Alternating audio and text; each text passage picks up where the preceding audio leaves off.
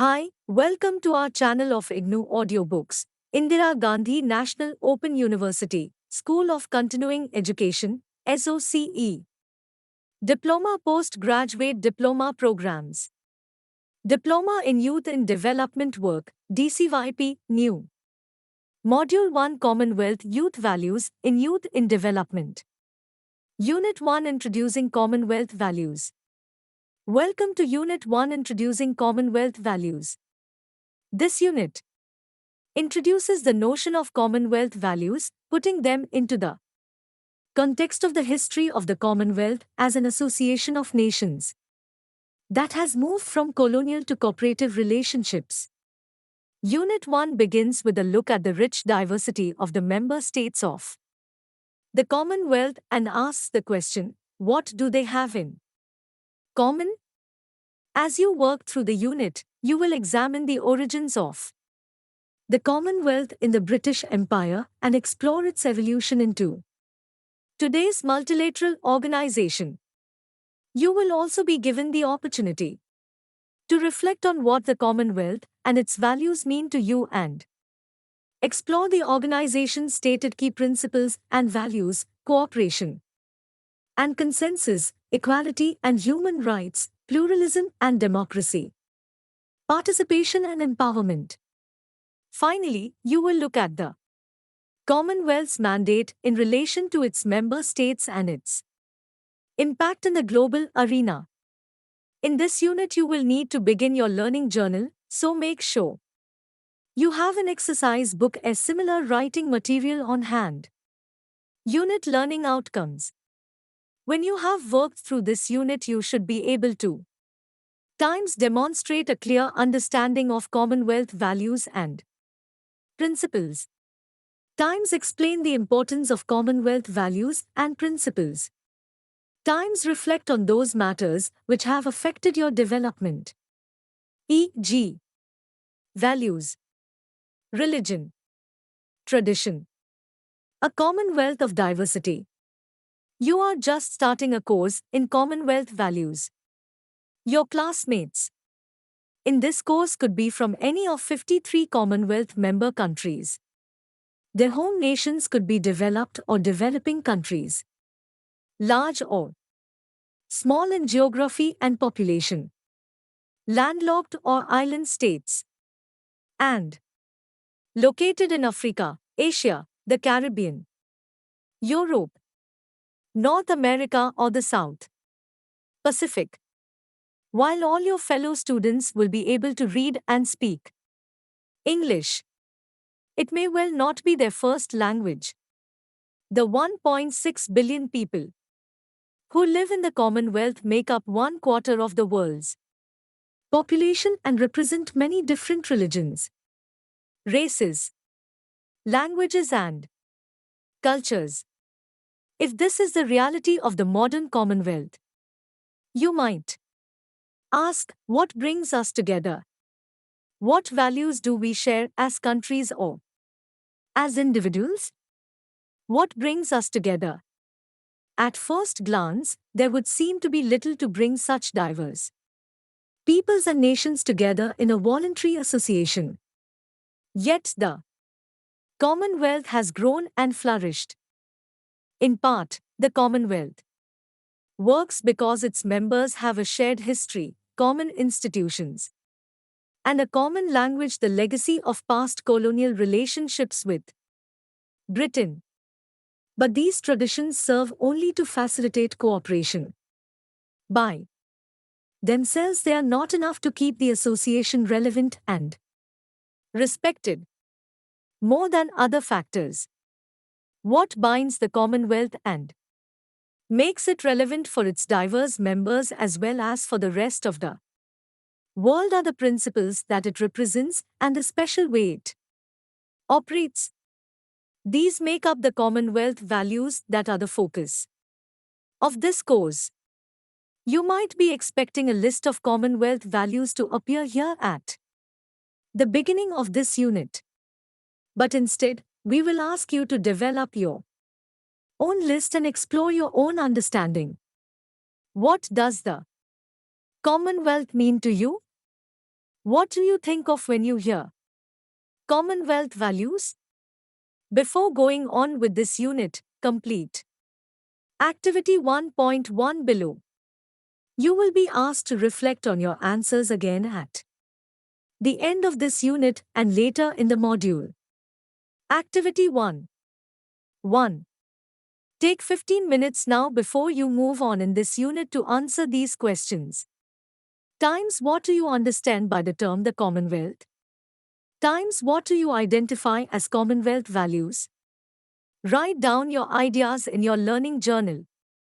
Now, for comparison, ask some of your family, neighbors and friends the same questions. If possible, ask people from different generations, such as your parents and grandparents. Now write in your journal answers to the following questions. Times in what ways were other people's answers similar to yours? Times in what ways were they different? At the end of this unit, we will ask you to return and think again about this. Exercise. The origins of the Commonwealth. It is difficult to put a precise beginning to the modern Commonwealth, as it is an institution that has evolved considerably over time. Its roots lie in the history of the British Empire, but the structure and interests of the modern Commonwealth really emerged in the post-colonial period. Trade. Trade was the initial motivation for imperial expansion by European countries from the 15th century. British rule of territories in India and elsewhere in Asia began in an effort to secure spice production areas and trading routes. In 1600, Queen Elizabeth I gave the East India Company the right to establish administrative control over the lands it explored and acquired. British involvement in Africa and the Caribbean also arose out of commercial interests, in this case the slave trade. Goods were brought to Africa and exchanged for slaves, who were then exchanged for sugar in the Caribbean. The European perspective. The economic benefits of colonial expansion were strong. Colonies around the world were a source of raw material for British industrial development, as well as a market for finished goods. But economic self-interest was not the only motivation for British and other European nationals who ruled territories scattered around the globe. They genuinely believed that the people they ruled over benefited from the relationship in terms of improved order and access to European goods, education, technology and culture, as well as through conversion to Christianity. Legal codes, administrative practices, and educational systems established in the colonies, often for the first time, were modeled on institutions in the home country. Mixed blessings. Most of the early records of colonial history were written from the perspective of the European powers. In recent years, however, the other side of the colonial relationship has been put into focus by writers and historians from Africa, Asia, and the Caribbean. They show how many of the benefits of the relationship were really mixed blessings. Times roads and railways were developed, but designed to enhance exports of raw materials and agricultural produce from port facilities, rather than to transport them to needy areas in the colony itself. Time schools greatly improved education, but taught more of the language, history, culture and values of the colonial master than of the indigenous population. Times legal and political institutions were put into place, and the value of British democracy was much hailed, but the colonial people were given very limited power or authority over their own decisions, and there were few opportunities for genuine democratic participation for the majority of the population. In addition, imperial policies of favored treatment for particular ethnic, tribal or religious groups over others sometimes left a legacy of deep resentment, and rivalry that continued long after independence. It is in the struggles for self-government and development that many ought. What we now understand as Commonwealth values are clearest: participation, citizenship, human rights, equity. The mandate of the modern Commonwealth. The Commonwealth did not have a charter outlining its purpose and direction at the outset. It has gone through a gradual evolution over time as its membership has expanded and the international environment itself has changed. This is one of the things that makes it distinct from the United Nations, whose charter was adopted at its creation in 1945.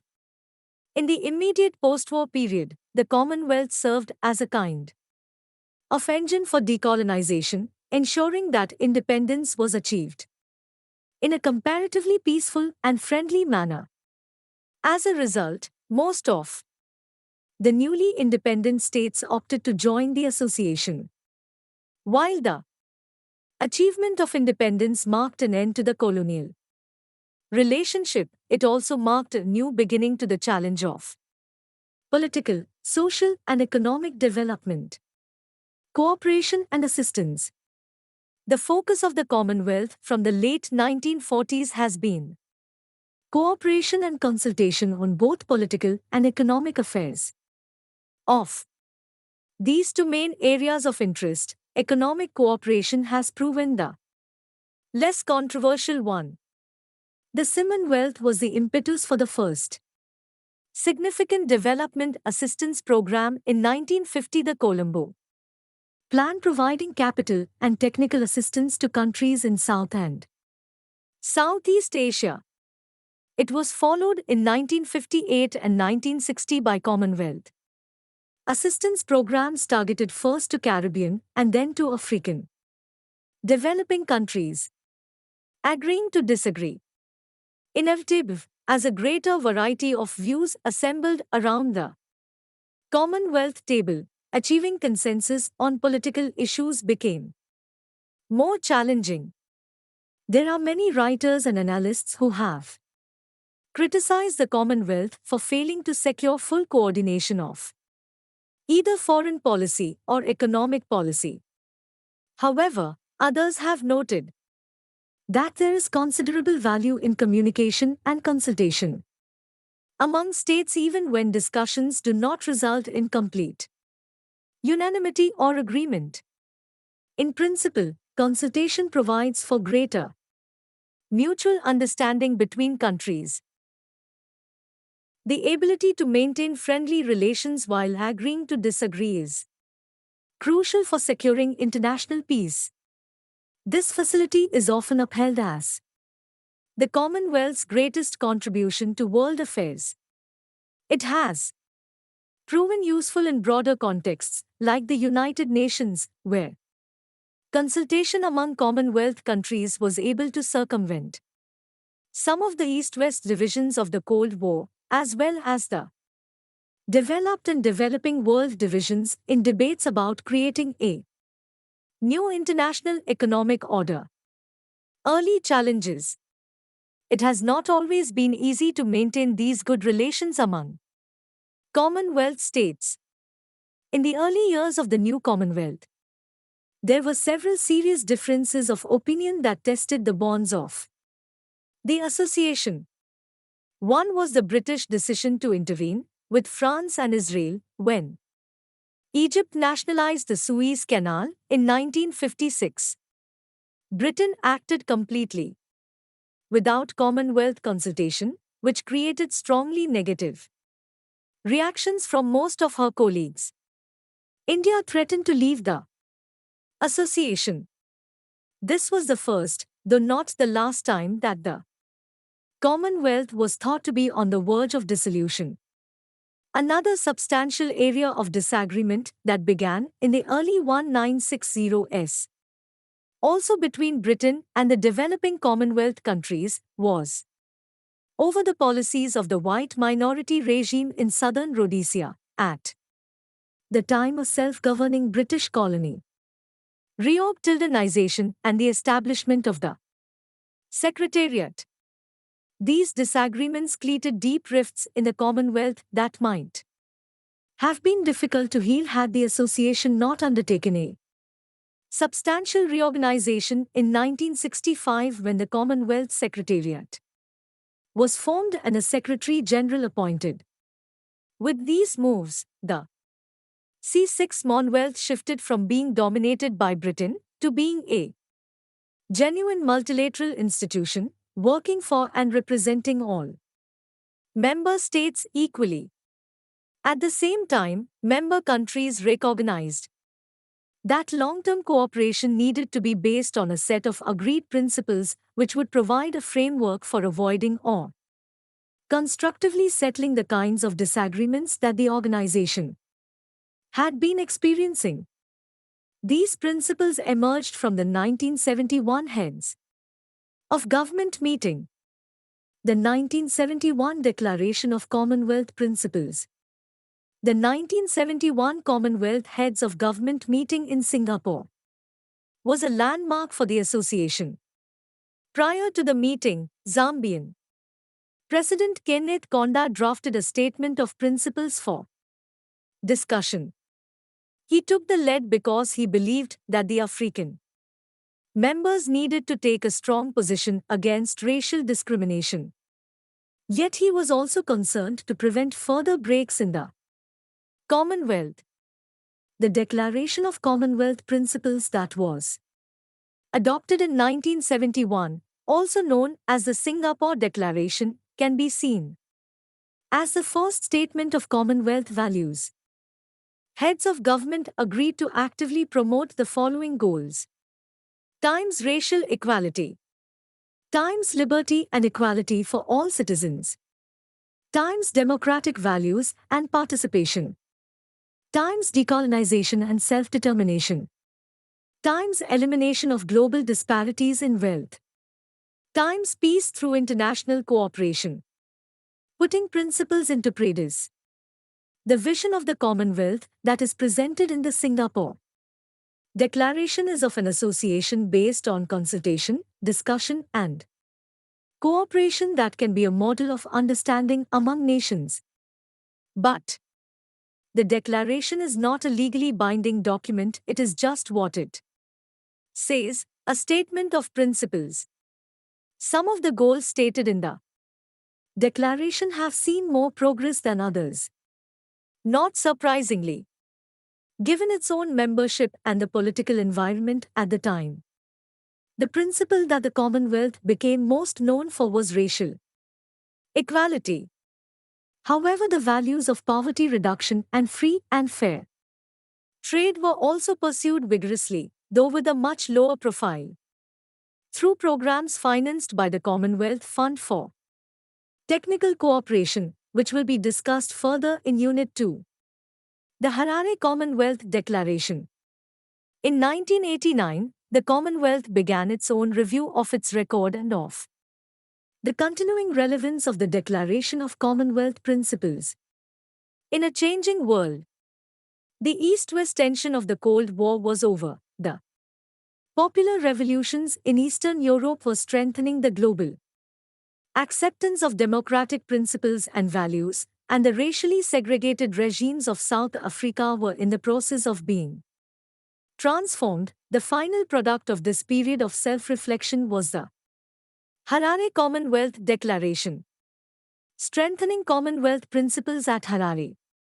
The Harare Commonwealth Declaration was issued by heads of government at the end of their 1991 meeting in Harare, Zimbabwe. It begins by embracing the principles of the Singapore Declaration from 1971. While the old Commonwealth values were reinforced, new issues also emerged. In 1971, environmental sustainability, gender equity and combating drug trafficking and abuse were not significant concerns of the international community. By 1991, this had changed. The Harare Declaration pledges the Commonwealth and member countries to work with renewed vigor in the following areas: Times protecting and promoting the Commonwealth's fundamental political values including democracy and human rights. Times equality for women. Universal access to education. Ending apartheid and building a new South Africa. Promoting sustainable development and alleviating poverty. Extending the benefit of development within a human rights framework. Protecting the environment. Combating drug abuse and trafficking and communicable diseases. Helping small states with their economic and security concerns. Promoting peace, disarmament, and effective arms control. Adivitya 1.4. Based on your reading of the above, what are the main similarities and differences between the two declarations? Write your comments down in your learning journal. Since 1971, the Declaration of Commonwealth Principles from Singapore, reinforced and extended at Harare, have been the moral framework for cooperative action by heads of government, for the technical assistance and other programs of the Commonwealth Secretariat, and for many of the organizations that comprise the informal Commonwealth. We will look in detail at how these principles and values are put into action. In Unit 2, Commonwealth Values in the World, the Declaration of Commonwealth Principles and the Harare Commonwealth Declaration contain many admirable statements, goals, and objectives for the Commonwealth as an organization. Through them, the Commonwealth says it values times human rights as the foundation of democracy and development. Underscore equality of all human beings regardless of gender, race, color, creed or political belief. Times empowerment pursued through education and participation.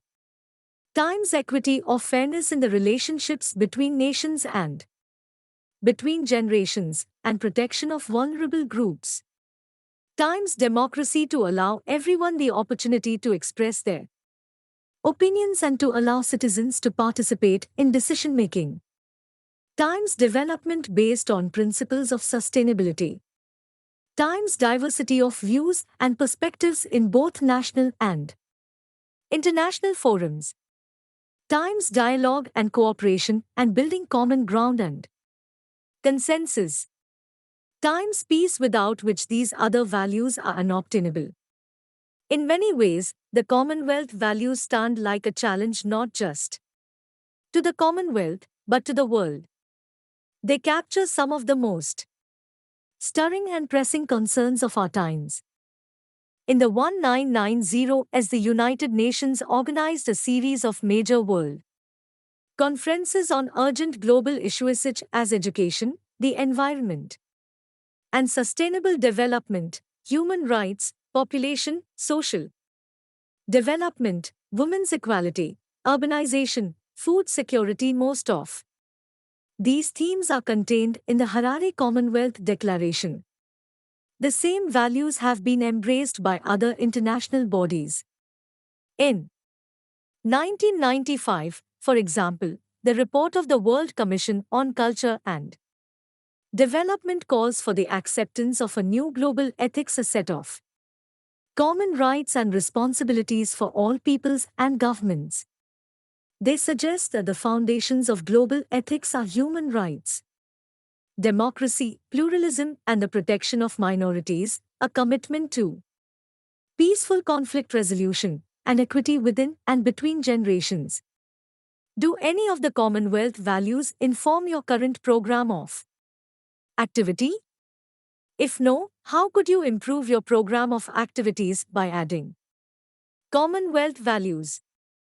If yes, how can you continue T6 improve these? Activity 3.5. Note, in order to complete this activity you will need access to the text of one of the human rights conventions discussed in this unit. You will find relevant extracts in Appendix 7. Invite a small group of young people to discuss youth rights with you. You may wish to choose your colleagues, a group of friends, or your fellow students. Now, Complete the following tasks. 1. Prepare a short presentation, 5 to 10 minutes, to the group on one human rights instrument. In your talk, pick one of the covenants or conventions outlined in this unit and explain what rights it covers. Explain how it is monitored. This is outlined in each document. Find out whether your country has ratified the convention. Add any other information you feel is useful or relevant. 2. Lead a group discussion on your chosen convention. Working together, pick out 5 or 6 articles from the convention. For each article, lead the group in a discussion around the following questions. Times, is this right important to young people or could it be in some circumstances? Do you know any Unit-1 people in these kinds of circumstances? Does this right affect young people in the same way it affects younger children or older adults? Do you think young people in your country know about these human rights?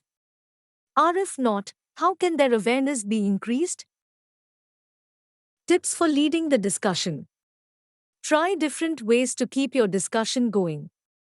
For example, ask each person for their views in turn.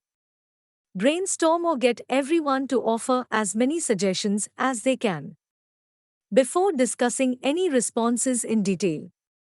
Make sure you note down people's suggestions and come back to them. Encourage the group to explore the differences in the situations of young women and young men in relation to these human rights. Conclusion to Unit 1. In this first unit, you have been given an overview of the history of the Commonwealth and read official statements of Commonwealth. Principles from heads of government. In the rest of this module, we will explore various aspects of Commonwealth values and look at examples of how these have or have not been put into practice by the Commonwealth and other organizations. Unit Summary. In this unit, you have covered the following main points. Times, the diversity of the Commonwealth member states. Backslash. Times, aspects that Commonwealth countries have in common history. Institutions and language. Times, how the Commonwealth originated. Times, the advantages of colonialism to European powers including trade and influence. Times, the legacies of colonialism including transport infrastructure, education systems, legal and political institutions. In some cases, ethnic tensions. Times, the mixed results of these legacies. Times, the evolution of the modern Commonwealth and its roles, including cooperation and assistance to member states. Times, the Commonwealth's commitment to consensus. Times, problems and challenges related to this. Times, the setting up of the Commonwealth Secretariat and Secretary General, a new direction. Times, the 1971 Singapore Declaration of Commonwealth Principles. Times, putting these principles into practice, successes and challenges. Times, the Harare Commonwealth Declaration and its principles. Times, the global implications of these Commonwealth principles and values. Thank you. Subscribe to our channel for more updates, and we will see you